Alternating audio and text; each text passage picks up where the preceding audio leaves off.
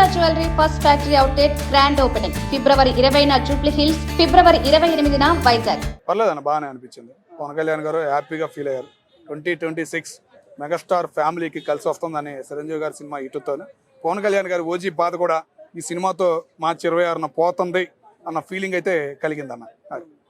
ఇప్పుడు హరీష్ శంకర్, పవన్ కళ్యాణ్ రెండో సినిమా వాళ్ళిద్దరు గతంలో గబ్బర్ సింగ్ తీశారు, రెండో సినిమా రాబోతుంది, ఎలా ఉండబోతుంది అంటారు? బాగుంటుంది అన్న. ఏంటంటే కొన్ని సీన్లు పవన్ కళ్యాణ్ మరి వాకౌట్ చేశారో తెలియదు కానీ కొన్ని బాగా గబ్బర్ సింగ్ సీన్లే కొన్ని కనపడ్డాయి. కానీ పాటలో కొద్దిగా హిట్ ఇచ్చినట్టు అటు ప్రతిపక్షం మీద కసి కూడా ఈ పాటతో తీరిందన్న ఫీలింగ్ అయితే నాకు కలిగిందన్న. మెడ పట్టుకుంటే తొడగొట్టినట్లే అనే లిరిక్స్ ఏదైతే ఉందో ఇది పొలిటికల్ పాటనా లేకుంటే సినిమా పాటనా అన్నది కూడా కామెంట్ పెడుతుంటారు, మీరేం చెప్తారు? చిరంజీవి గారి 4వ సినిమా నుంచి అప్పుడు ఎన్టీ రామారావు గారు తొడగొడతాం అనే డైలాగ్ వచ్చింది. చిరంజీవి గారు చాలాసార్లు ఆ డైలాగ్ వచ్చినా కానీ ఆయన ఫీలింగ్ కలగల. ఓకేనా, ఆ సినిమా అట్లా తొడగొట్టిన కానీ ఫస్ట్ గుర్తుకొచ్చేది ఎవరు? ఎన్టీ రామారావు గారు. కానీ ఈ సినిమా ఈ డైలాగుతో వాళ్ళలో పోయింది. ఎందుకంటే ప్రతి ఒక్కసారి తొడగొట్టకాల్సిన అవసరం లేదా, మెడమే చెయ్యి ఫీలింగ్ అనేది ఈ రోజుతో మెగా ఫ్యామిలీ పరంగా మెగా ఫ్యాన్స్ కూడా పోయింది అన్న హ్యాపీనెస్ అయితే నాకు కనిపిస్తుంది. అది పర్లేదన్న, నాకు బాగా నచ్చింది. కొండల్లో నుంచి వచ్చారు చూసావా, అది గుచ్చినట్టుంది ఎవరికి? ప్రతిపక్షానికి. ముఖ్యంగా పవన్ కళ్యాణ్ గారు ఈరోజు ఎందుకు మాట్లాడలేదు ఎన్నాళ్ళు అన్న ఫీలింగ్ మాకు కూడా పోయింది. గట్టిగా గుచ్చాడు బాబు ఈ సాంగ్తో. ఇంకా మరి ఏం డైలాగులు ఉన్నాయా, ఆ డైలాగులు కూడా వదిలితే బాగుండేదరా నాయన అన్న ఫీలింగ్ అయితే మొదలైంది. ఓజీ గురించి ఆలోచించాల్సిన అవసరం లేదన్న. ఓజీ స్మగ్లింగ్ చేశారని చాలా మంది అన్నారు. ఆ ఫీలింగ్ అనేది ఫ్యాన్స్ కూడా ఈ సినిమాతో పోతుంది. ప్రతి ఒక్కడు నోరు తెరిచేలాగా ఈ సినిమా ఉండబోతుంది అన్న హ్యాపీనెస్ అయితే నాకు ఈ సాంగ్ లో కనపడింది అన్న. ఈ సాంగ్ రచించింది చంద్రబోస్ గారు, సో ఎలా అనిపించింది? చాలా చంద్రబోస్ రచించడం కూడా చాలా అద్భుతంగా ఉంటుంది. వెనకమాల మ్యూజిక్ చూసావా, మ్యూజిక్ కానీ ఆ మాట్లాడిన డైలాగ్ పరంగా చాలా అనిపించింది. అది డైలాగ్ కి వాడుకోవచ్చు, అటు పాట పరంగా వాడచ్చు. రెండు రకాలుగా కొట్టాడు ఈ పాటలో అన్న ఫీలింగ్ అయితే నాకు కనపడింది అన్న. గతంలో దేఖ్లేంగే సాంగ్ చూసుకున్నా కూడా ఇప్పుడు ఈ సాంగ్ చూసుకున్నా కూడా ఈ రెండు కూడా పొలిటికల్ సాంగ్ లాగా కనిపిస్తుంది అంటారు, మీరేం చెప్తారు? ఇది పొలిటికల్ సాంగ్ అన్న, ఇది పొలిటికల్ సాంగే కంపల్సరిగా. పొలిటికల్ దీనిలో కూడా జగన్ గారి మీదే వదిలినారు అన్న ఫీలింగ్ అయితే నాకు కలిగింది అన్న. పవన్ కళ్యాణ్ గారు ఎన్నాళ్ళు మాట్లాడకుండా కామ్గా ఉండారు. ఈ సినిమాతో గట్టిగా స్ట్రాంగ్ గా ఇచ్చేపోతున్నాడు రా బాబు జగన్మోహన్ రెడ్డి గారికి అన్న ఫీలింగ్ అయితే ఈ పాటతో నాకు అనిపించింది అన్న. గతంలో మనం చూసుకున్నట్టయితే అత్తరిగిన దారేది అప్పుడు దేవిశ్రీ ప్రసాద్ మ్యూజిక్ అందించాడు, చాలా రోజుల తర్వాత పవన్ కళ్యాణ్ కి మ్యూజిక్ అందిస్తున్నాడు. ఎలా ఉండబోతుంది మళ్ళీ కాంబినేషన్ మళ్ళీ హిట్ అవుతుందా? కంపల్సరీ అన్న. వెనకమాల మ్యూజిక్ కూడా, ఈ పాటలో మ్యూజిక్ కూడా వెనకమాల డప్పు కొట్టింది కూడా బాగా కొట్టినట్టు అనిపించింది.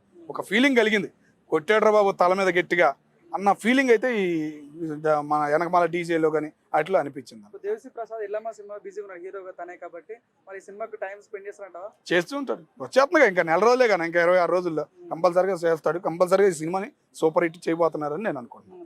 మార్చి రోజు రాబోతుంది సినిమా, మార్చి 26 రాబోతుందన్న.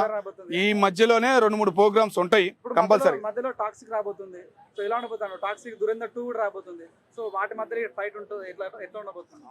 టైం ఇస్తారన్న. ఏంటంటే ఇప్పుడు సినీ ఫీల్డ్ పరంగా మనం ఆలోచిస్తే ప్రతి హీరో మాట్లాడుకుంటున్నాడు. ఇంతకుముందు మళ్ళీ పోటీ అనేది లేదు.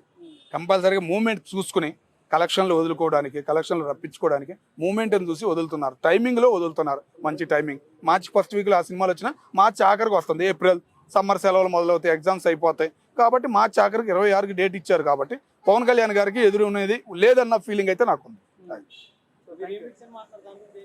అన్నా.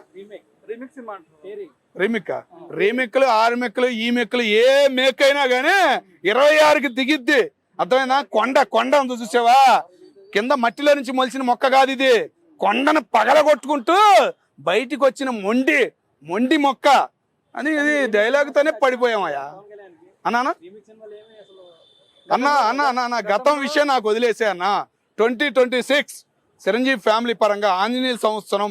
ఈ సంవత్సరం అంటే ఆంజనేయ స్వామికి ఇష్టమైన సంవత్సరం. అదే మూమెంట్తో వాళ్ళకి ఫ్యామిలీకి కలిసి వస్తుంది. అలాగే పవన్ కళ్యాణ్ గారు కూడా అదే ఆనందంలో ఉండారు. ఈ సినిమాతో ఇంకా ఆనందం అనేది ఆయనలో కనపడిద్ది. ఏంటంటే ఆయన వెనకమాల కొద్దిగా బాధ ఉంది.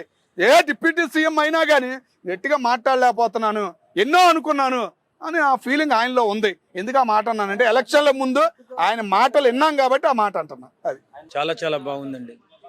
ఎందుకంటే పవన్ కళ్యాణ్ గారి జీవితాన్ని పరికించి చూసినట్లుగా ఓ అద్భుతమైన వార్డ్స్ అందులో పడ్డాయి.